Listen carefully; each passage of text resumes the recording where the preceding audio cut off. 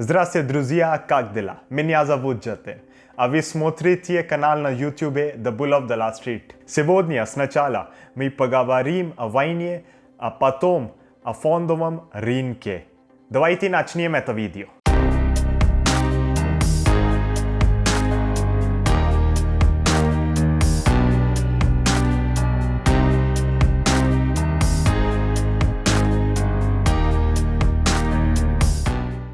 तो गाइस, जैसा कि मैंने अभी आप लोगों से कहा, रशियन में कहा था, बट ठीक है, चलो आती है तो इतना तो बनता है यार, थोड़ा कहीं तो बोले जाके।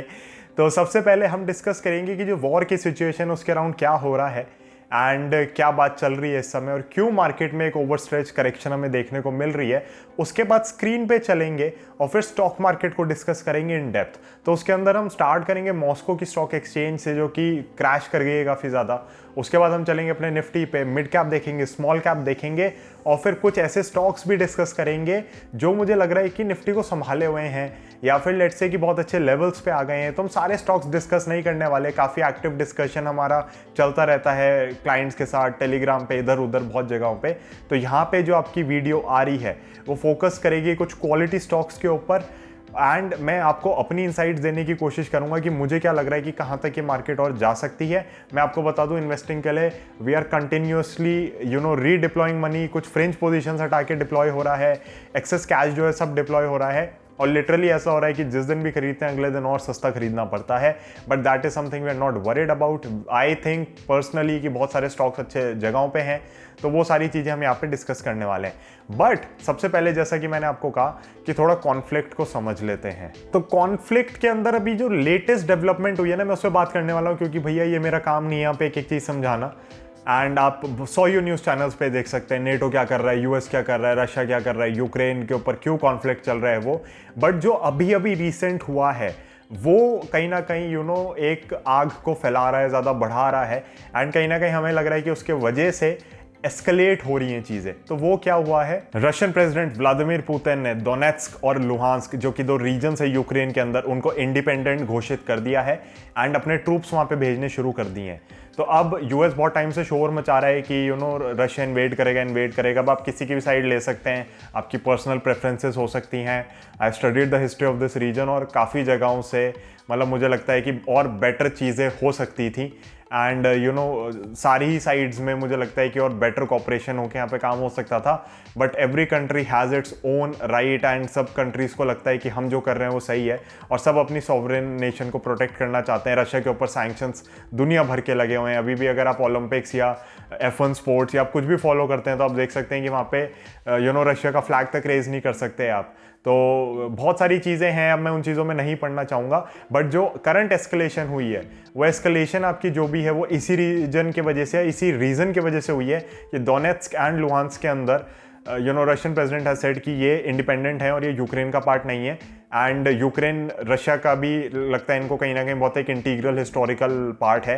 तो वो बिल्कुल नहीं चाहते कि नेटो और वेस्टर्न यूरोप और इसकी साइड जाए और यूएस की साइड जाए। तो यहाँ जो भी अभी हुआ है रिसेंटली, ये किसी को उम्मीद नहीं थी कि एकदम से होगा। 2015 से कॉन्फ्लिक्ट चला आ रहा है कुछ ना कुछ तरीके से एंड मतलब सब कुछ संभला हुआ सा ही था एक तरीके से।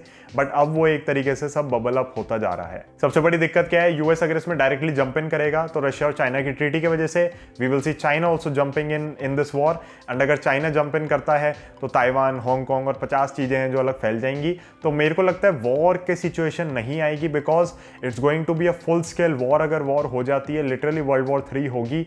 चाहे न्यूक्लियर वेपन से ना लड़ें, इतनी कंट्रीज इन्वॉल्व हो जाएंगी और इतनी बुरी तरह फंसेंगे कि मेरे को कोई सोल्यूशन नहीं दिख रहा वहाँ पे। I do not think war की सिचुएशन होगी। मेरे ख्याल से ये कुछ टाइम चलेगा और ठंडा पड़ जाएगा। मैंने बहुत बार ये चीज़ बोली है कि Trump is probably one of the few presidents in the US history overall में, या हो सकता है might be the only one in recent history जिसने नई वॉर स्टार्ट नहीं करी थी।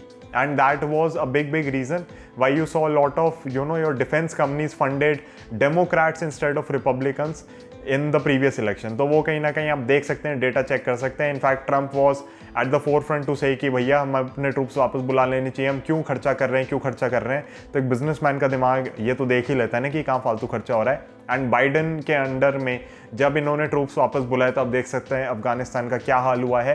दे have completely failed their mission in Afghanistan. तो वही है, आप किसी को ब्लेम करो, कुछ करो, ये करो वो करो, एंड में इन बड़ी कंट्रीज ने अपने वेपन्स ही बेचने हैं। तो राइट, तो मेरे को ऐसा लग रहा है कि बिल्कुल वेपन्स बेचने का काम चल रहा है यहाँ पे। सब अपने डिफेंसेस को स्ट्रॉन्ग करेंगे और सब घर वापस चले जाएंगे। तो मेरे ख्याल से करेक्शन बहुत ओवरडन है। और स्पेशली मुझे इतनी हंसी आती है कभी कभी अपनी कंपनीज को देखते हुए कि भैया तुमने फैक्ट्री लगा ली रशिया में, यूक्रेन में, या तुम्हारी सेल्स आ रही है रशिया से, जो तुम इतना परेशान हो रहे हो, इतनी बुरी तरह स्टॉक की हैमरिंग हो रही है। बहुत तो कंपनीज हमारी इंडिया फोकस्ड ही है सिर्फ, मतलब रशिया यूक्रेन छोड़ो, यूरोप में काम नहीं है इन लोगों का राइट। एंड स्टॉक्स की पिटाई ऐसी हो रही है कि जैसे कि भैया ये फोर फ्रंट पे हैं, इन्होंने ही वहीं पे स्टोर्स खोलने, इन्होंने वहीं जूते चप्पल बेचने, इन्होंने वहीं जाके टेस्टिंग करनी है, लोगों की ब्लड सैंपल्स लेने हैं, सब इन्होंने ही करना है। तो हैमरिंग तो बिल्कुल उस हिसाब से हो रही है। तो चलते हैं स्क्रीन के ऊपर, चीज़ों को चेक करते हैं। वॉर के अराउंड आपको मेरा व्यू पता चल गया है कि मेरे को नहीं लगता कि एक फुल आउट वॉर होएगी। मेरे ख्याल से ये कुछ टाइम का रहेगा वॉलेटिलिटी। एंड मुझे लग रहा है जब तक आपके यूपी इलेक्शन के नंबर्स वगैरह आएंगे, सब कुछ होगा, मार्च 1st 2nd वीक तक मुझे लग रहा है सब ठीक हो जाना चाहिए। I may be wrong in this because I do not know how this countries are functioning and what their eventual plan is, और वो किस हिसाब से एस्केलेट होगा, डीएस्केलेट होगा। But I do not think कि कोई भी कंट्री अफोर्ड कर सकती है वॉर में जाना। It makes no sense to any country. और अभी भी जो डोनेट्स्क और लुहांस्क के ऊपर कमेंट्री हुई है, उसके बाद भी हम देख रहे हैं कि यूरोप ने ऐसा कुछ रिएक्ट नहीं किया है कि भैया हम तो लड़ने चल देंगे, ये कर देंगे, वो कर देंगे। Everyone is in wait and watch situation. तो चलते हैं अब हम अपने स्क्रीन के ऊपर ट्रेडिंग व्यू पे, वहाँ पे हम अलग अलग चार्ट्स डिस्कस करने वाले हैं। होपफुली आप लोगों को वीडियो बहुत इंटरेस्टिंग लगेगी, आपको कई सारे इंसाइट्स मिलेंगे। मेरे को लग रहा है कहीं ना कहीं कि करेक्शन में हमारे लिए जगह नहीं बची और गिरने की, बट देखते हैं, मार्केट के ऊपर है क्या करना चाह रहे हैं।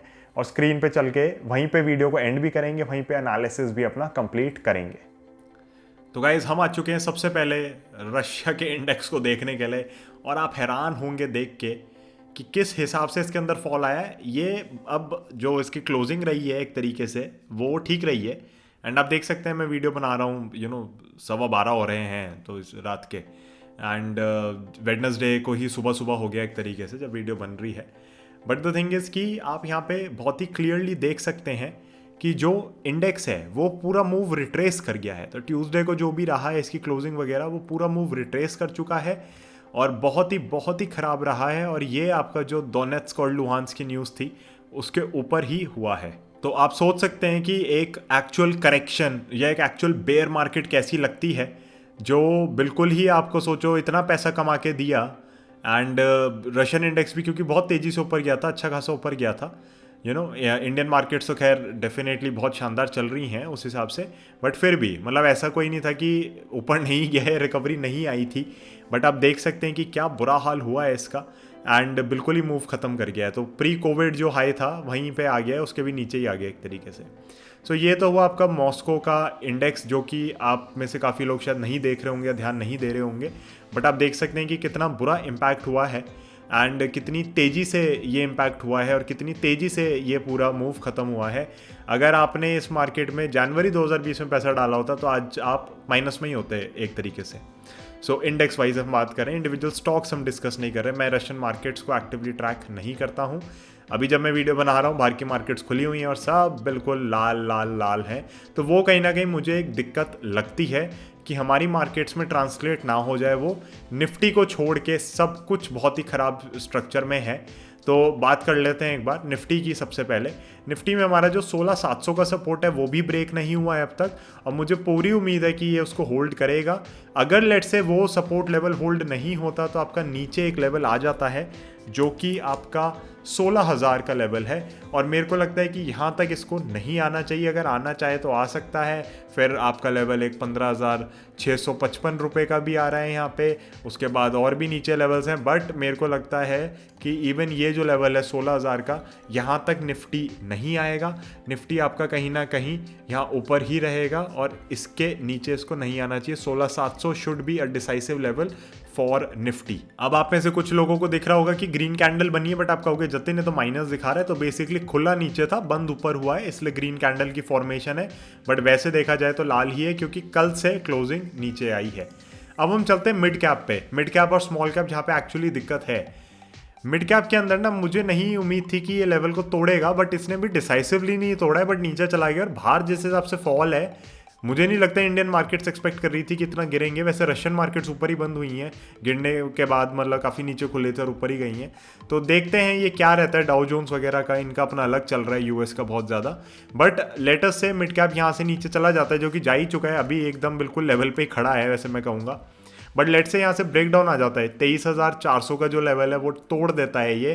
तो इसके लेवल्स कहाँ पे आएंगे, तो इसका इमीडिएट एक नेक्स्ट सपोर्ट आएगा आपका यहाँ पे, जो कि ऑलमोस्ट 23,000 का लेवल हो गया है। और उसके बाद हम देखेंगे और कितना बुरा हाल इसका होता है। मेरे को नहीं लगता इसको ज़्यादा नीचे जाना चाहिए, इसमें जगह बची नहीं है गिरने की। बट ये सब इनके ना ड्रामे बहुत ज़्यादा चल रहे हैं इंडाइसिस के, सिवाय निफ्टी के। मैं आपको सही बता रहा हूँ, कुछ ऊपर नहीं खड़ा हुआ। और मैं एक फ्यूचर वीडियो में ये भी आपका मिथ डिकोड करूँगा कि स्मॉल कैप इंडेक्स बहुत आउट परफॉर्मेंस देता है निफ्टी वगैरह से या फिर आपका सेंसेक्स से। तो ऐसा नहीं है, लॉन्गर टर्म के एवरेजेस आप देख के हैरान रह जाएंगे।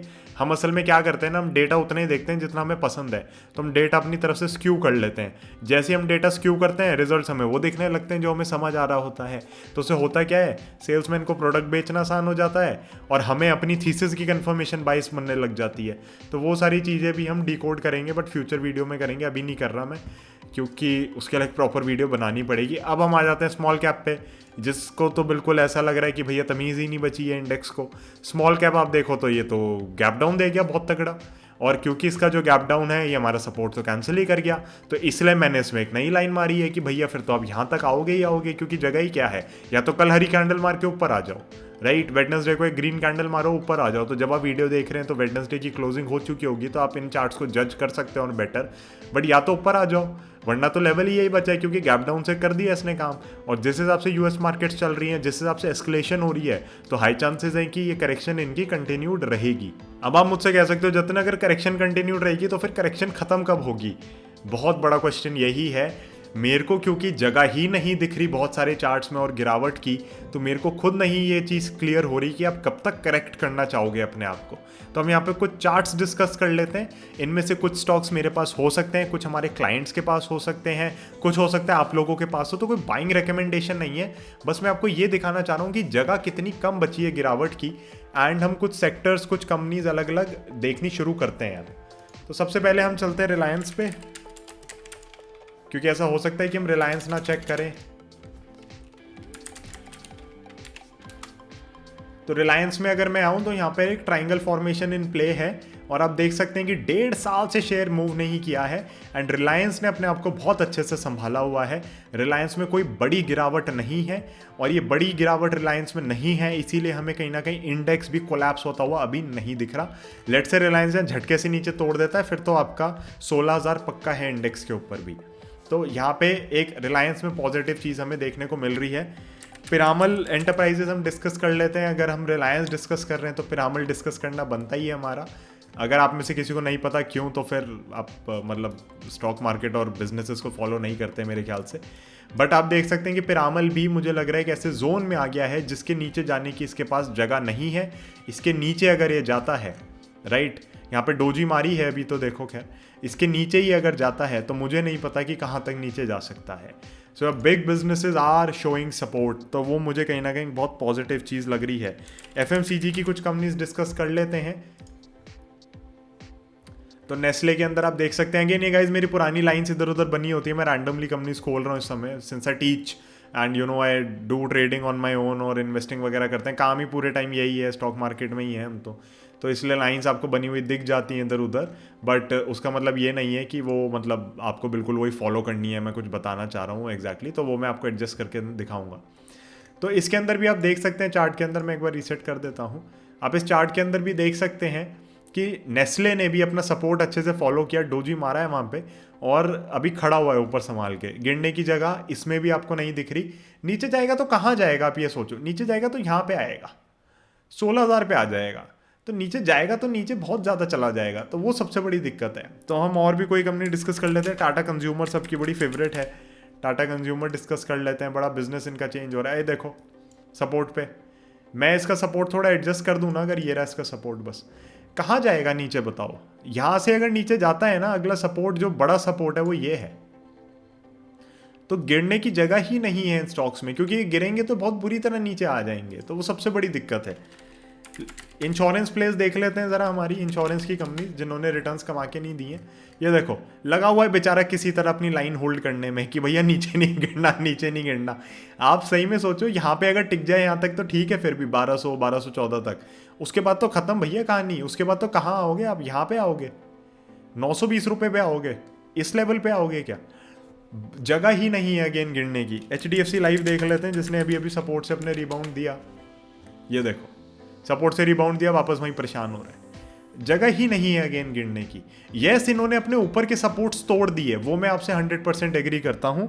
यहाँ पे एक इसका बहुत ही प्यारा सपोर्ट था जो ये बिल्कुल डेसिमेट करता हुआ चला गया। बट द थिंग इज कि इसके नीचे जगह कहाँ पे है? इसके नीचे जगह है ही नहीं। तो वो सबसे मुझे बड़ा रिस्क लग रहा है अगर मार्केट्स कंटिन्यू करती हैं, ब्रॉडर मार्केट्स गिरावट। और ये जो शेयर्स हैं आपके, जो क्वालिटी शेयर्स हैं, HDFC AMC देख लेते हैं, जगह ही कहाँ है आप बताओ गिरावट की? ज्यादा से ज्यादा क्या होगा, 2000 पे आ जाएगा गिरावट की, लेकिन जगह ही नहीं बची। ये वाला लो टेस्ट कर लिया इसने अभी, लगभग कोविड के लेवल्स पे आ रखा है ये अपने।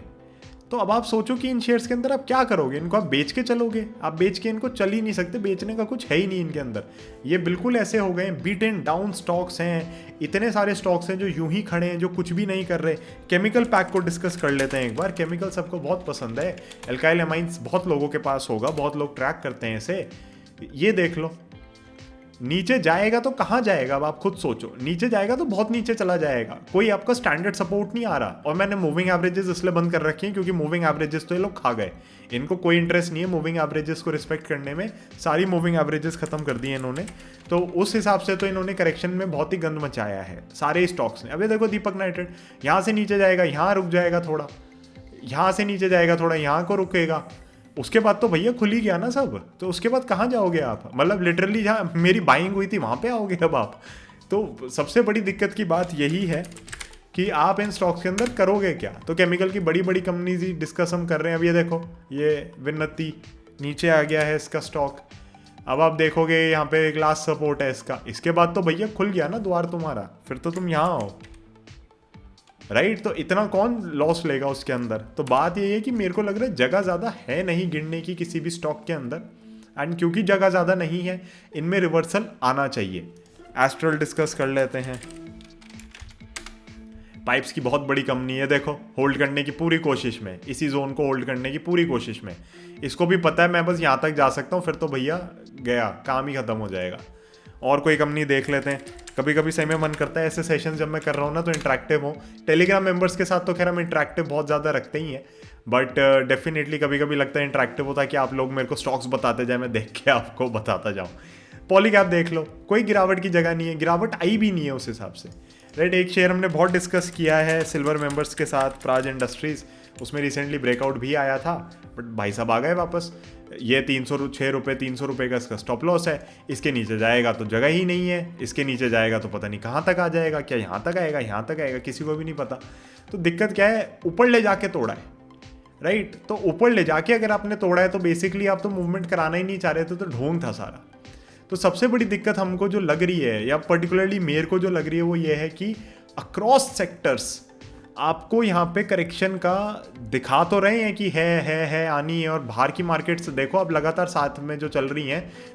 नैस्डैक लगा देता हूँ मैं एक बार, देखो ये इसका सपोर्ट था जो इसने तोड़ा, राइट। उसके बाद आप देखो ये यहाँ पे पूरी कोशिश कर रहा है संभालने की, यहाँ नहीं संभालेगा तो यहाँ आ जाएगा, समझे। तो कोशिश तो सबकी पूरी जारी है कि भैया किसी तरह बच जाए, कुछ कर लें।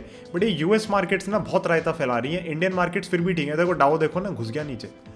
तो अब क्या करोगे आप बताओ, ऐसे मार्केट्स में आप क्या करोगे? आप शॉर्ट भी नहीं मार पा रहे क्योंकि आपका निफ्टी तो टूट ही नहीं रहा है, या तो पर्टिकुलरली स्टॉक्स को शॉर्ट कर रहे हो, फिर तो बहुत ही आराम है, राइट। और मैं जानता हूँ कि काफ़ी रिटेल इन्वेस्टर्स या ट्रेडर्स तो बहुत बुरी तरह फंसे हुए हैं इस समय, बिकॉज उनकी डायरेक्शन के हिसाब से तो कुछ हुआ ही नहीं है। और ओवरनाइट आपका साइन हो जाता है यहाँ पे कि भैया ठीक है डोनेट्स का ये कर दो, लुहांस्क में ये भेज दो, और आप फिर सोचते हैं अगले दिन उठ के कि भैया ये तो क्या ही करें इसके अंदर, क्या ही काम आएगा यहाँ पे। तो ऐसी मार्केट में ना सबसे बड़ी दिक्कत क्या है, और ये मैंने टेलीग्राम पे बहुत एक्सटेंसिवली डिस्कस किया है।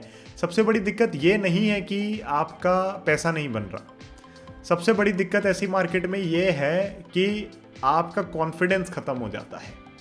जब इंडेक्स आपका हाई से 10% डाउन नहीं है और आपके पोर्टफोलियोज, जैसे मैं अपना पर्टिकुलरली बता दूं तो आई एम ऑलमोस्ट एट 20% अपने हाईज से, जो मेरा सेल ऑफ आया है तो ऑलमोस्ट 20% हूँ मैं, 20 एग्जैक्ट नहीं हूँ मेरे ख्याल से, 20 से थोड़ा सा कम है अभी, बट मेरे ख्याल से मैं वही 18% के अराउंड होऊंगा। तो है क्या कि आप सोचो मैंने बहुत बुरी तरीके से अंडर परफॉर्म किया निफ्टी को। निफ्टी गिरा है बट मैंने अंडर परफॉर्म किया। मैं मिड कैप स्मॉल कैप से देखूं तो I think I am very very comparable, ऐसी कोई दिक्कत नहीं है, राइट। होता क्या है ना, काफ़ी लोगों का कॉन्फिडेंस खत्म हो जाता है इस मार्केट में। आपको अपने ऊपर इतने डाउट्स होते हैं और आपकी जो जो गलती आपने करी है मार्केट आपको बहुत अच्छे से रियलाइज़ करवाती है ऐसी गिरावट में। तो यहाँ पे काफ़ी लोग हैं जो बहुत टाइम से कहते थे मार्केट गिरेगा हम ले लेंगे, ये कर लेंगे, वो कर लेंगे। इंडेक्स तो इन्होंने बचा रखा है मार्केट ने पूरा, बट आपकी करेक्शंस देखो। अब मैं आपको और शेयर्स दिखाता हूँ एक दो। रूट मोबाइल देखो, जगह है कहीं इसकी गिरने की? ये कहाँ जाएगा गिर के, कहाँ पे आएगा? कोई जगह तो हो, ये यहाँ पे आ जाएगा बिल्कुल। मतलब मेरे को तो समझ नहीं आ रहा कि आप इतना गिर चुके हो और उसके बाद और गिरना चाह रहे हो। तो करेक्शन, ग्लोबल सेल ऑफ पूरा है, बहुत ही भयानक है। और इस क्वार्टर इसका जो था Q3 best results in their history और बहुत ही स्ट्रॉन्ग गाइडेंस आ रही है कंपनी की।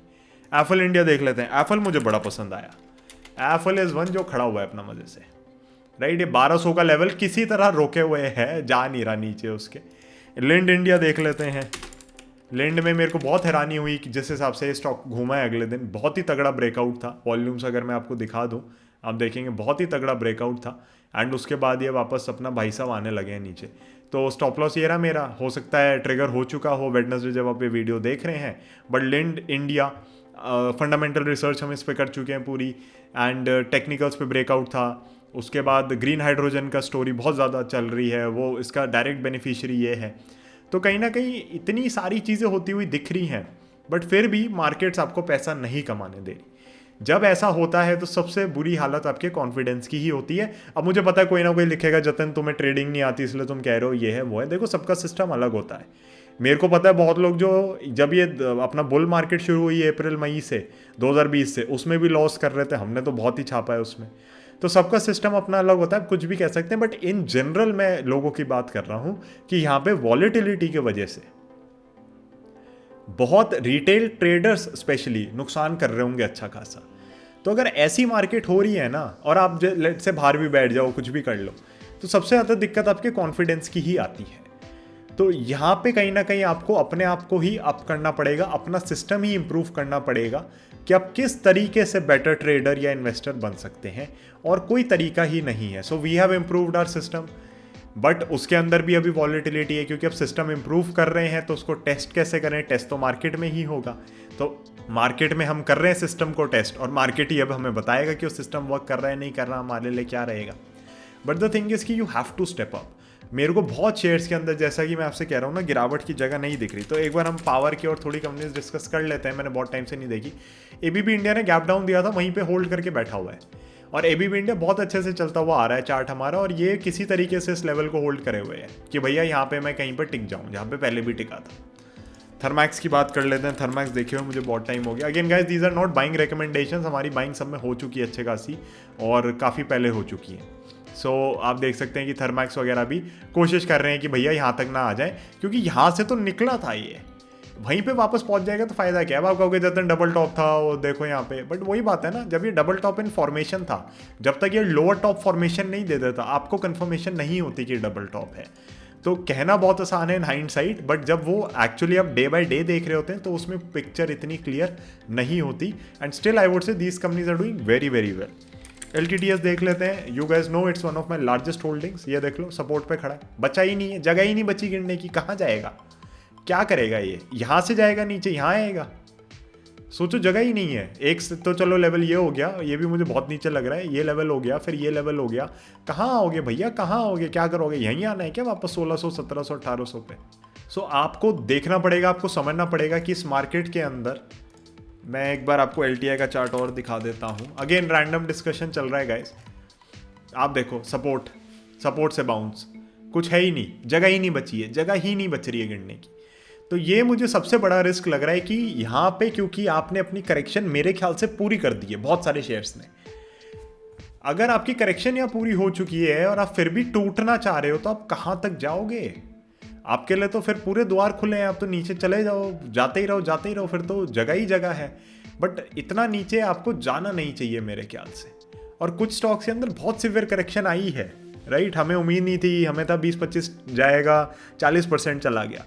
बट द थिंग इज कि ओवरऑल पोर्टफोलियो अगर मैं देखूँ ना, अभी भी कंपेरेटिवली संभला हुआ है।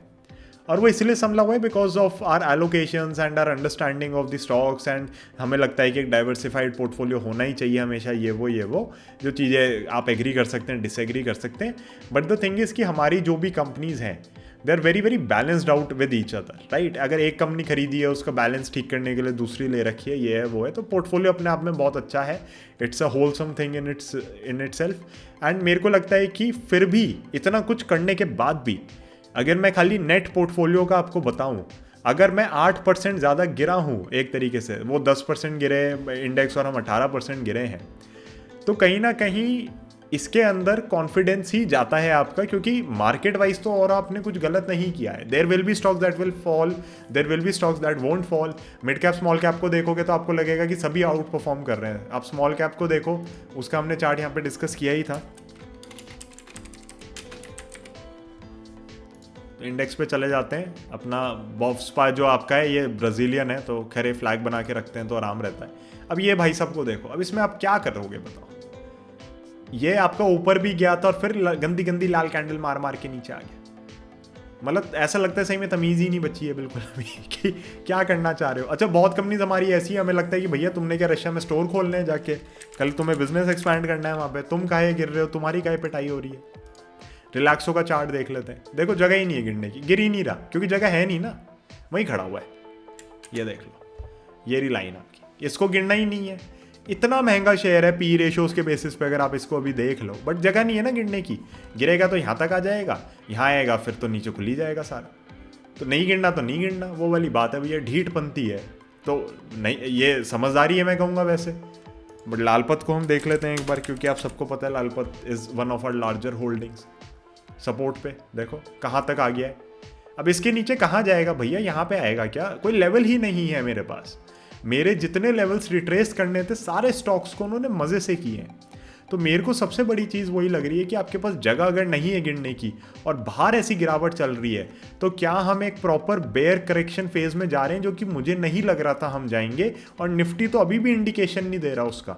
आप ये ज़रूर कह सकते हो कि जतन एक lower top formation in place है बिल्कुल है, बट ये उस हिसाब से बेरिश ट्रेंड अभी भी नहीं है, बिकॉज 10% भी इंडेक्स डाउन नहीं है। तो सबसे बड़ा जो रिस्क फैक्टर इस समय वो है कि इंडेक्स नहीं टूट रहा, मिड कैप बस टिका हुआ है, स्मॉल कैप तो टूट रहा है आपका, राइट। और उसके बाद आपका ग्लोबल मार्केट्स में सेल ऑफ लगातार चल रहा है। तो अगर वो सेल ऑफ कंटिन्यूड रहता है तो देयर आर हाई चांसेस कि यहाँ पे हमें खराब लेवल्स देखने को मिल सकते हैं, जो कि मुझे अच्छा नहीं लग रहा देखने में, क्योंकि जैसा कि मैंने आपको दिखाया चार्ट्स में या स्टॉक्स में कई सारे में गिरने की जगह बची ही नहीं है। तो अगर जगह नहीं बची और फिर भी आप गिर रहे हैं तो करेक्शन बहुत ज़्यादा सिवियर हो सकती है। और अगर जगह नहीं बची और अब वॉलेटिलिटी ही चलेगी कुछ टाइम, तो मेरे ख्याल से करेक्शन खत्म हो चुकी है। आप पूछोगे जतिन किस कैंप में हो, मैं उस कैंप में हूं कि करेक्शन खत्म हो चुकी है।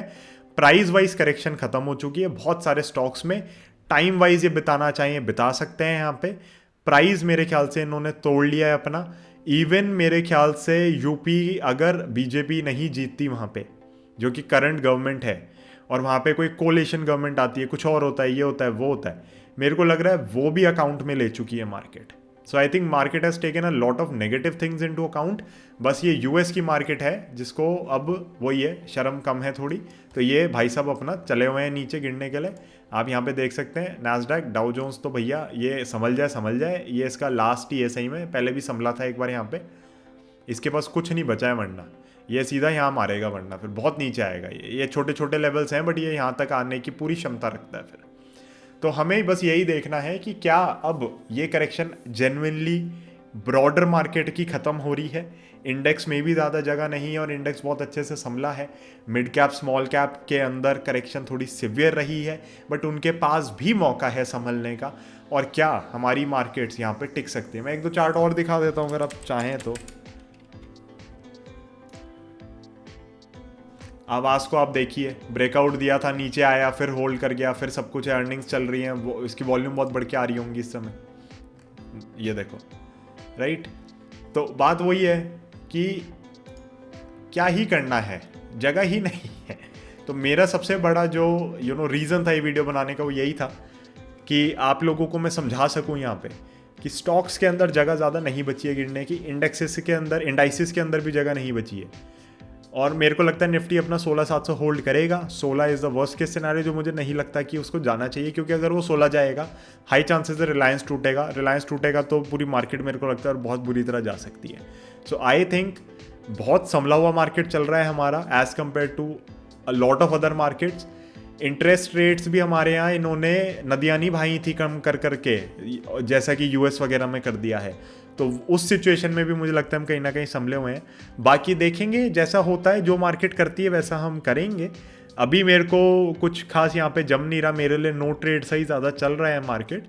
बट लेट अस सी, अगर ये सपोर्ट लेवल्स अपने इंपॉर्टेंट तोड़ता है कहीं पे भी, तो मेरे को कहने की यहाँ पे ज़रूरत नहीं है कि I will be going ahead with put options and some other strategy, ताकि मैं इसको थोड़ा बेनिफिट ले सकूँ, या मे बी फ्यूचर्स में शॉर्ट कर देंगे, वो आसान होता है, राइट। बट वो देखेंगे, अभी मुझे नहीं लग रहा वो सब होगा।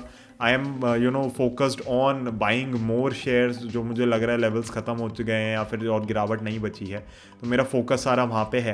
प्लस अभी हमें 1-2 IPOs बहुत इंटरेस्टिंग लग रहे हैं जो आएंगे फ्यूचर में, तो उसके लिए कैश एक्यूमुलेशन चलेगा। अब नेक्स्ट फार्म ईजी वगैरह लिस्ट होंगे, तो वो सब बात करेंगे। नेक्स्ट वीक मेड प्लस का आप लोगों के लिए स्टॉक एनालिसिस आएगा, तो that would give you some insight into this sector as well, जिसके अंदर PharmEasy which is the largest player is going to get listed soon enough.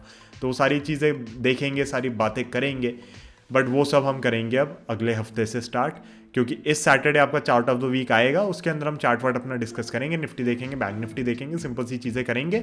But next week से हम वापस एक स्टॉक एनालिसिस करेंगे, और अगर मुझे कुछ इंटरेस्टिंग डेटा पॉइंट्स बीच में लगते हैं, फिनटेक्स के ऊपर मुझे बात करनी है, तो वो सब चलता रहेगा। Videos are going to be coming every Wednesday and every Saturday from now on. बीच में अगर कुछ डालना होगा मैं डाल दूंगा, बट वेडनेसडे 6 बजे, सैटरडे 1 बजे आप फिक्स कर लीजिए, इस समय पे वीडियो आएगी ही आएगी। So guys, thank you so much watching this one. 10 विदानिया, पक्का पक्का।